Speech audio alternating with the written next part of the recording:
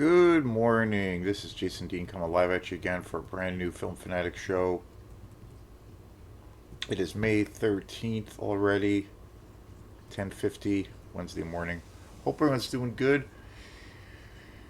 Pretty nice day. Well, again, started off really clear and sunny, and now it's super cloudy and kind of chilly. Actually turning the heat on. I actually just turned the heat on in my house. It's fucking crazy. And I know I guess that's normal for this time of year, but still, it's chilly. So, hope everyone's doing good. Been watching movies, and I did a show on. Well, actually, it was another. I should say it's a movie I've covered before, but this was a deep dive version of this movie, and that is 1973's Invasion of the Bee Girls. I just did a deep dive video on that movie, and Jesus Christ, that movie is so awesome. I realized I had rented it before at Opera House Video, and for some reason totally forgot it. I think I rented it like 3 years ago or something. What a what a great, fantastic movie though. What so fun. I totally would snag that up on Blu-ray if I can get a chance to find it. So yeah, good stuff. So as far as new things or new movies, one that I've been talking a lot about and I've mentioned a few times. I even think I did. Well, yeah, I did a show on. Actually covered his films, two of his short films, and just him in general. But Corey Corey Barker, who is a YouTube guy who is a also a film director. He he has this YouTube. He's had this YouTube presence, and he has this YouTube channel that he's had for quite a few years. And he is a very talented guy. He's made these little short films, these little short kind of horror films that are on his site. He uploaded these free movies, basically these little short films that he made entirely himself onto his channel, and then he also does these like little comedy skit videos, all pretty dark too, all like definitely dark comedy based.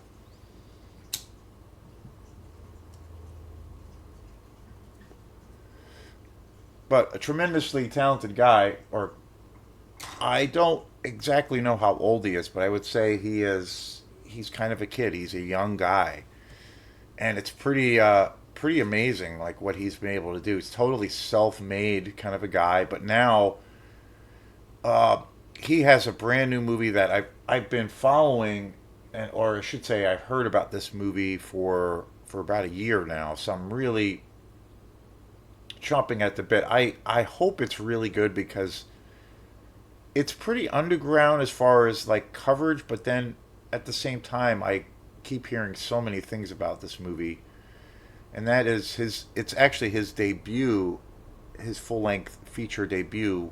This movie called Obsession, and it's coming out Friday. It got picked up. It was Obsession played at a handful of different film festivals over the course of this year, and I think last year, but mainly this year, like the beginning of 2026. And one of the things that happens with with film festivals is a lot of newer filmmakers or newer films will premiere at a lot of different festivals, and a lot of these movies don't have a a secure distribution deal, so they'll get the film entered into at a festival or two. A lot of the times, a movie will be in a couple of festivals, and one of the reasons that festivals are pretty important for a lot of these young and new filmmakers is a lot of the times the films can get picked up by a distribution company and secure a deal to get their film distributed. there's a lot of the times, along with people who pay for the tickets and go to the festivals, there's usually press there, but there's also a lot of, people, industry people. And Obsession premiered, I think it was either late last year and definitely early this year. It played at a variety of film festivals, and it didn't have a distribution deal, but then it got picked up by Neon, which is a pretty huge company right now in the world of kind of independent horror films or just independent films.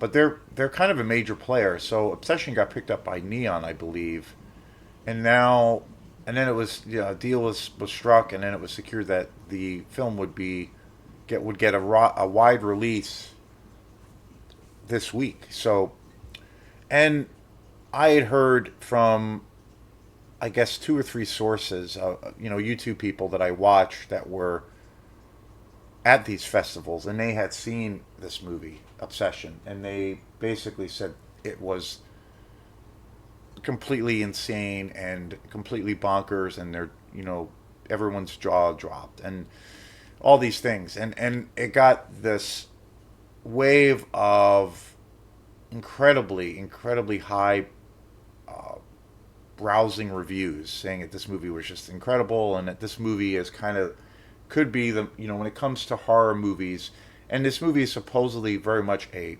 horror film, that this movie could be the best movie of 2026, if not in a few years. So there's that. And we live in a time where sometimes things get so overly hyped, where to the point of where it's kind of absurd and, maybe ridiculous. And that a lot of that's due to, the obvious social media thing.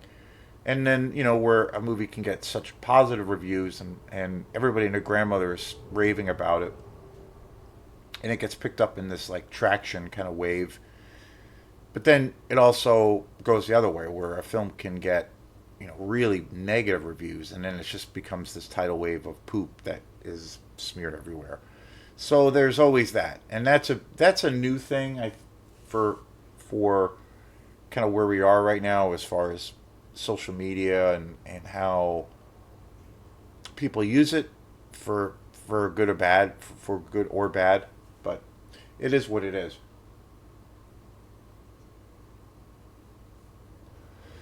But then about a month ago, I think it was about a month ago, there was some pretty huge news because and kind of two stories where the earlier this year, much earlier in the year, it was a big news kind of thing of where the big studio, now they're now a pretty huge studio, but they're still primarily, kind of an independent studio. A24, they secured this huge deal where they bought the rights to the Texas Chainsaw Massacre franchise, which is, one of the biggest franchises in the world as far as horror. And so A24 bought the rights to A24 bought the rights to Texas Chainsaw Massacre. And then shortly after that, it was announced that they were going to make a television show or TV show, produce their own TV show based on Texas Chainsaw Massacre, which is kind of, I don't know, kind of weird. But then shortly after that, it was announced that they were going to make their own original movie as well, and then, which was, pretty wild, because I like A24, but for me, I have to say, my love of A24 has definitely been a little bit on the rocks, because I've been kind of disappointed with their last few films. Undertone was not very good. Stare into the TV Glow. I thought a lot of these movies are super overhyped, and I kind of feel like, they get this thing of where they're a lot of the times A24 films are called elevated horror, which is kind of pretentious and silly. But they're mostly a company that works in the horror genre. They do other styles, but mainly fantasy horror, but mainly horror. And they they do have some great projects to their credit. I think there has been some movies that they've been involved in that have been really, really great, and they've helped the careers of a lot of great directors, new directors, and things like that. Ari Aster probably being one of the biggest.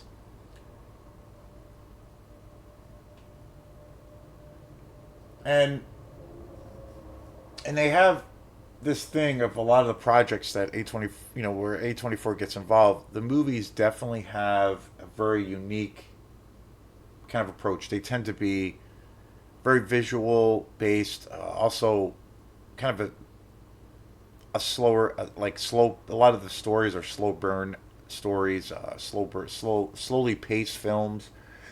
Some of the films have a kind of a European vibe to them, if you will, art house vibe, if you will. So it's kind of interesting to think that they, you know, could be, or that, well, they are putting out a Texas Chainsaw Massacre, which is, one of the greatest slasher movies of all time. And, it's a huge franchise. So it's interesting. And then, so after that was announced, shortly after that, it was announced that Corey Barker, the director of Obsession, which is coming out Friday, was named to be the director for this new Texas Chainsaw Massacre that I think is going to be shooting pretty soon. So pretty wild news. All this riding on a movie that hasn't actually even come out yet. So it's interesting. So it's coming out this weekend. So I'm really, really, really excited to try to do my damnedest to see it. So we'll see. We'll see if I can sneak it in this weekend or what have you. I don't think it's going to be playing local, here in Mid Coast, Maine, but I think it's going to be playing in one of the surrounding towns. And I do believe that I do think it's worth driving to go check it out. So we'll see. We'll see what happens. I definitely it's probably my most, and it has been actually for a while, but my most anticipated movie for 2026. So, and I will say 2026 has become a pretty good year for films. There's been some really cool movies. I've seen about 4 or 5 really good new films. Send Help was really good. I really liked Over My Dead Body, or I should say Over Your Dead Body, which was really great. Hokum was really great as well, and also a big surprise, Mortal Kombat 2 was super fun. So there's been some good movies. There's been some good new releases. So I'm excited. It had a pretty slow start, but we'll see. So I will definitely try my hardest to see Obsession because I definitely think it'll be a movie to see in the theater. But we'll see. And so I just uploaded a video, a deep dive video on Invasion of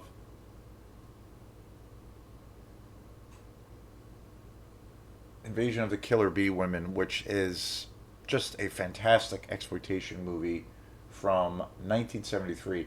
And one of the stars in that movie is William Smith. And I absolutely loved, well, he passed away in 2021. But William Smith is got to be, he's definitely one of my favorite actors. He was a big actor in the 70s and in the 80s. He was in all kinds of great low budget exploitation movies. But he also crossed over into kind of the mainstream to a degree. He worked on some Hollywood films and also some really big television shows. And he's one of those guys that he's been in so many movies. Growing up in the 80s, for me, I remember seeing William Smith in almost every other movie or every other TV show that I saw, and he was in this movie as well, Attack of the Bee Women. So I was just like, I really want to do a show on William Smith because I think he is definitely an icon. I kind of look at him as being kind of like a Charles Bronson kind of character where he's just got this certain kind of presence. When William Smith walks into the room, you just when you see him in a film and he doesn't even have to, say he doesn't even have any dialogue. He's just got this awesome presence about him. and real commanding. And he's known for playing lots of kind of villainous characters and kind of a heavy, but he's just such a badass. And I just feel like I want to do a show on William Smith. His credit, the amount of movies and television shows is kind of insane. He did like 80 different projects, 80 different films, and including television shows, which is crazy. Huge legacy. William Smith was like a guy who was, I don't know, to a degree, really, really, really well known, but then also maybe not so well known. But when you look at his body of work, it's kind of astounding, and you'd be hard pressed to, at least because he's got such a distinctive look to him and a distinctive way about him, be hard pressed to, if you were a child of the '80s like I was, and even beyond, you know, you'd be hard pressed to not know or recognize him because he was in so many movies at that time. I mean, just crazy. He was one of the busiest actors kind of in that world, especially in the kind of lower budget, filmmaking genre or exploitation genre. William Smith was born in March 24th, 1933. He passed away in 2021. He was also not only was he an actor, but he was also a stunt actor too. He was also a stunt performer in many films. His career spanned nearly 80 years across film and television, often in playing imposing or villainous characters. William Smith starred as Texas Ranger Joe Riley on the Western television series Laredo, 1965 to 1967, which was a very popular show, and played the menacing Anthony Falconetti in the acclaimed television miniseries Rich Man, Poor Man in '76. And that series ran from '76 to '77. He played prominent roles in films like Any Which Way You Can, 1980. He was also in, which I forgot, which I don't know how I forgot, but he was also in Conan the Barbarian, 1982. Also in Rumblefish, 83, Red Dawn in 84. He was also the leading man in several exploitation and action films during the 70s and 1990s. So awesome.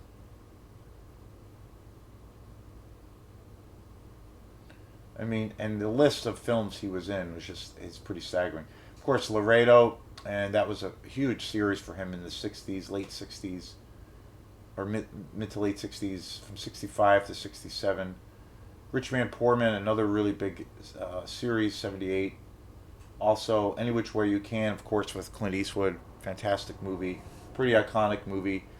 I remember seeing all three of these shows and movies a lot. They were like on cable all the time growing up as a kid.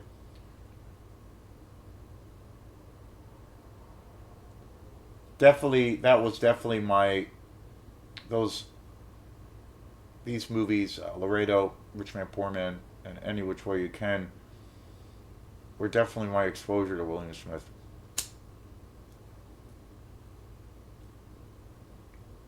Definitely. Also, C and Company in 1970. Darker Than Amber in 1970. Man, so many great movies. And of course, the movie that inspired this show, Invasion of the Bee Girls in 1973. The Losers in 1970. I think The Losers was there. That movie was there was a remake of that came out maybe about 8 years ago. But I didn't realize that this is the original 1970. Interesting. It's probably way better. The remake or whatever it was, it's not very good. Um, Boss Nigger, 1974. Jesus, that looks like it's a western. The Ultimate Warrior in '75, which is another movie I remember seeing him in, which was super badass in '75. Red Dawn, of course, iconic '80s film, really great. I'd love to see that again. Yeah, I really want to see that again. 1984, Rich Man, Poor Man, which is another series.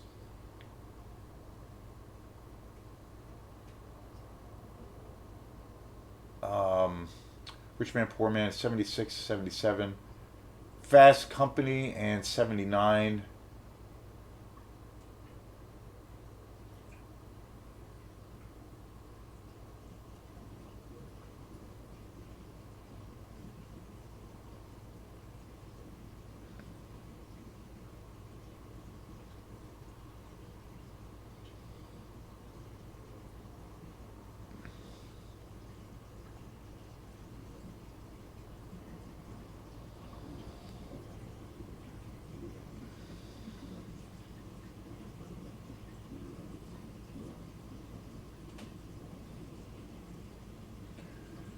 Run Aid, Run Angel Run, and another film from '69, Champagne and Bullets, 1983.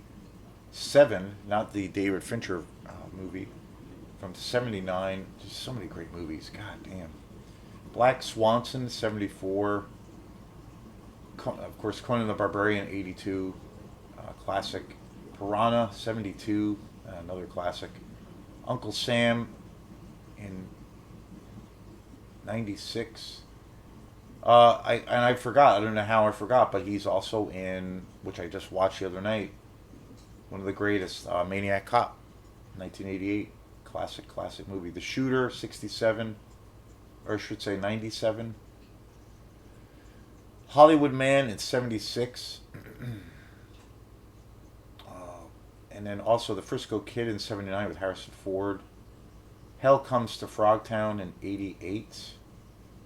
Action USA, '89. Chrome and Hot Leather, '71. That looks amazing. Hawaii. He was also in the television show or the movie, the original Hawaii Five-0 in '88, or 1968 to 1980. Jesus, that ran a long time. Atlantis: The Lost Continent, '81. Three Guns for Texas in '68. The Deadly Trackers in '73. He was in a lot of action and western films. Rumblefish, which I said before, '83. The Swinging Barmaids, '75. Man, it looks amazing. Scorchy, '76. God, every one of these movies I want to get. Moon and Scorpio, '87. There's probably half of these I've seen. The Ghost of Frankenstein, 1942. He must have been a kid in that one. Hammer, 1972, which looks badass. Sweet Jesus Preacher Man, '73. The Last Riders, '91. Angels Die Hard in '70. The Final Sanction, 1990. Eye of the Tiger, 1986. The Mean Season in '85. Just crazy legacy of what an amazing body of work.